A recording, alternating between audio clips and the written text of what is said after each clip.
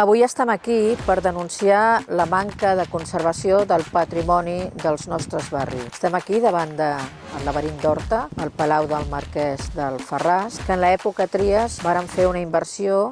per poder arreglar el sostre i que tingui aquest futur ús, sobretot obert a la ciutadania. Aquests darrers 8 anys de govern Colau-Collboni no s'ha fet res per tal de poder obrir el Palau del Marquès d'Alfarràs al públic. És en aquest sentit que des de Junts per Barcelona hem presentat una proposició al ple del districte, proposició que va ser aprovada per unanimitat per tal de debatre amb els grups municipals i debatre també amb els veïns els futurs usos d'aquesta joia arquitectònica del segle XVIII. Des de Junts per Barcelona volem fer una defensa del patrimoni de la nostra ciutat i en aquest sentit que hem aconseguit aprovar en els pressupostos de l'Estat una partida de 5 milions d'euros per tal de restaurar-lo definitivament i que pugui tenir aquest ús ciutadà